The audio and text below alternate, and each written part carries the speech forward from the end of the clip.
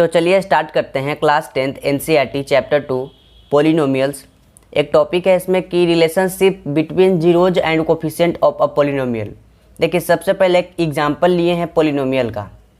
ये कौन सा एक पॉलिनोमियल है बता सकते हैं? Quadratic polynomial, quadratic polynomial. ठीक है, कैसे क्वाड्रेटिक पॉलिनोमियल है? क्योंकि इसका हाईएस्ट पावर जो है वेरिएबल का वो 2 है। ठीक है, मतलब एक्स स्क्वायर है। ठीक है, इसलिए क्वाड्रेटिक। 1 रहता तो लीनियर और 3 रहता तो क्यूबिक। तो चलिए अब स्टार्ट करते हैं। देखिए ये जो पॉलिनोमियल दिया गया है ना, तो सबसे पहले आपको जीरोज का मतलब भी समझा देते हैं। जीरोज का मतलब होता है कि कोई भी ऐसा नंबर जो कि इस एक्स पे पुट करेंगे तो ये सभी का वैल्यू 0 हो जाएगा। मतलब ये पॉलिनोमियल जो एक्स है पी एक्स का मतलब होता है कि पॉलिनोमियल, पी से हो गया पॉलिनोमियल, और एक्स का मतलब होता है कि इस पॉलिनोमियल में जो वेरिएबल यूज किया गया है ना वही इसको ब्रैकेट में डालते हैं। सपोज अगर यहाँ पे रहता by square plus 7y plus 10, तो इसी को बोलते हैं पॉलिनोमियल बाई। समझ में आया बात? इसी को बोलते हैं पॉलिनोमियल बाई। अगर यहाँ पे a रहता तो बोलते हैं पॉलिनोमियल a, इसलिए बोला जाता है पॉलिनोमियल x। अब समझ में आया होगा आपको कि पी लिख करके ब्रैकेट में x बंद क्यों करता है। ठीक है, तो देखिए अब आपको हम समझाते हैं जीरोज क्या होता है। मतलब जीरोज का मतलब हो गया कि x के जगह या फिर y के जगह कोई भी ऐसा नंबर पुट कीजिए जो कि सभी को 0 बना दे। जैसे कि x के जगह जहाँ जहाँ x है वहाँ वहाँ पुट करना है। सपोज अगर 0 पुट करते हैं तो सभी को अगर 0 बना दिया, मतलब इसको प्लस माइनस जो भी करना है, यहाँ पे जो भी साइन दिया गया है वो सभी कैलकुलेशन करके अगर 0 आता है तो उसी को बोलते हैं जीरोज। तो देखिए एक एग्जांपल से आपको हम समझाते हैं। इसी एग्जांपल को उठा लेते हैं। पॉलिनोमियल पी एक्स को उठाते हैं, x square plus 7x plus 10 है। ठीक है, अब इसको क्या करते हैं कि हम आपको सोल्व करके दिखाते हैं, इसका जीरोज फाइंड करके दिखाते हैं। ठीक है, देखिए जीरोज फाइंड करने के लिए ऐसे करेंगे, पी एक्स इक्वल टू 0, मतलब पॉलिनोमियल इक्वल टू 0। ऐसे मेथड है बनाने का, आप ऐसे ही बनाइएगा। और अब क्या करना है कि इसको बनाना है मिडिल टर्म स्प्लिट मेथड से। ठीक है, मिडिल टर्म स्प्लिटिंग या फिर स्प्लिट जो भी है, ठीक है, इस मेथड से बनाना है। ठीक है, तो इस मेथड से बनाने के लिए क्या करेंगे कि इसी को क्या करते हैं, इसको a, इसको b, इसको c बोलते हैं। ठीक है, a और c को मल्टीप्लाई करते हैं। क्या करते हैं यहाँ पे देखिए, a और c को मल्टीप्लाई करते हैं। जैसे आप अल्फ़ाबेट पढ़ते हैं ना, ABCD जो भी पढ़ते हैं ना, ABC आराम से पढ़िए इसको, और a नंबर को और c नंबर को मल्टीप्लाई करते हैं। समझ में आया बात? अब मल्टीप्लाई करने के बाद जो आएगा उसको प्राइम फैक्टर करते हैं। तो देखिए यहाँ पे कुछ नहीं है तो 1 है। ठीक है, यहाँ पे 10 है तो 1 और 10 को मल्टीप्लाई कीजिए, क्या हुआ? 10 हुआ। अब इसको प्राइम फैक्टर कीजिए। तो प्राइम फैक्टर करने के लिए तो आपको फर्स्ट चैप्टर में बताए ही थे। तो अब प्राइम फैक्टर करते हैं, मतलब कि एलसीएम टाइप का होता है, और सबसे छोटा अंक से लगाते हैं।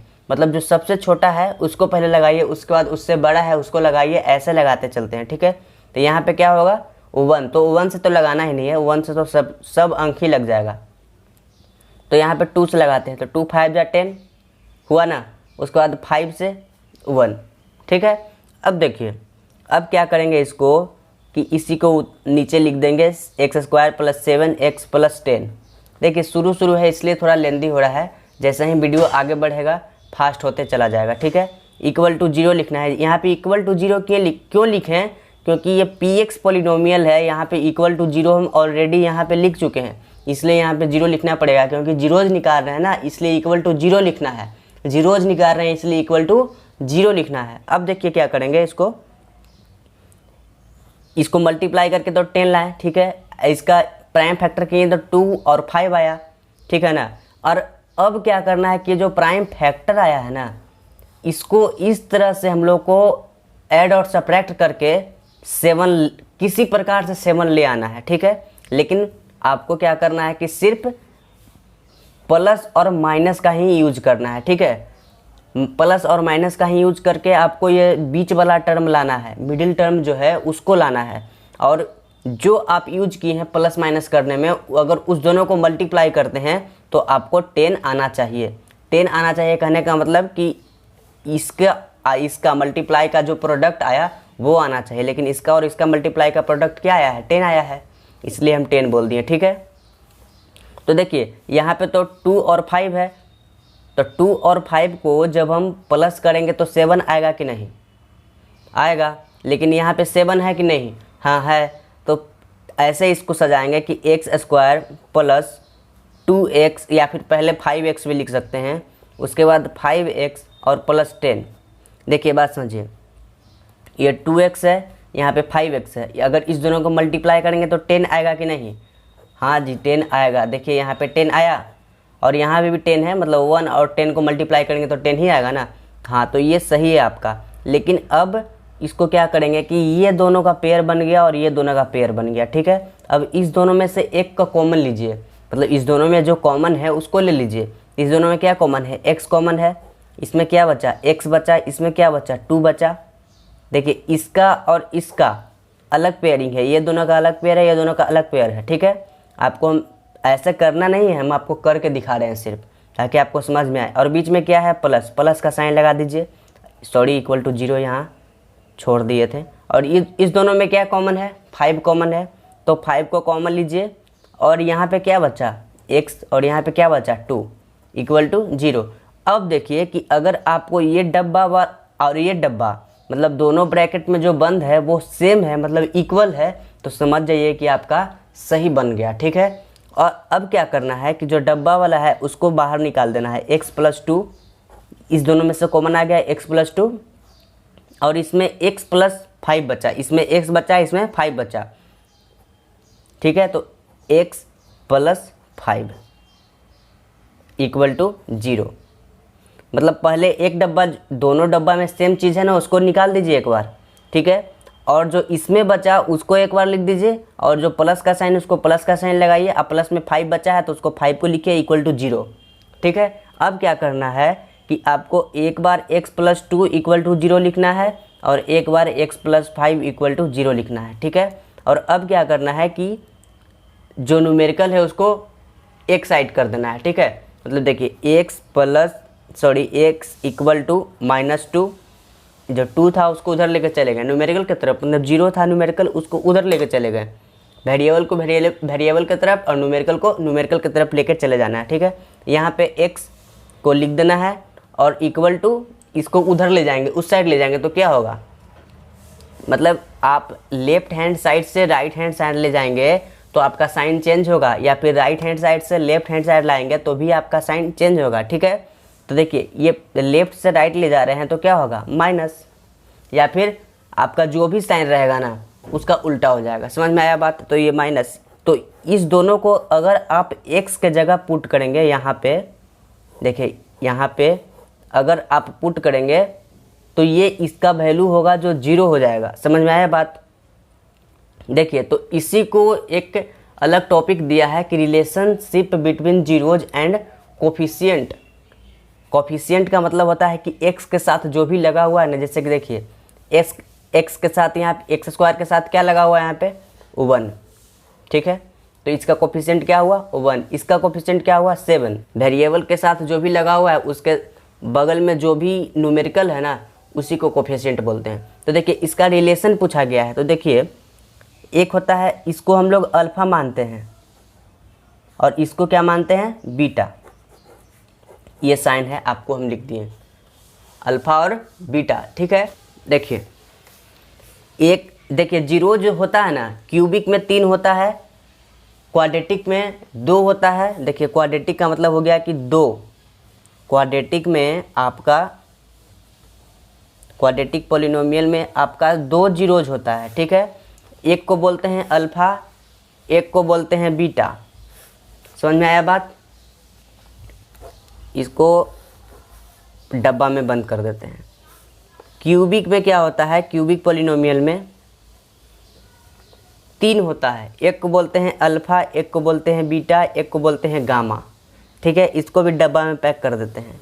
और इसी के लिए, इसी दोनों के लिए आपको एक relationship between zeros and coefficient of a polynomial लाया गया है। देखिए, एक होता है कि अगर आप अल्फ़ा प्लस बीटा को सम करेंगे तो क्या होगा।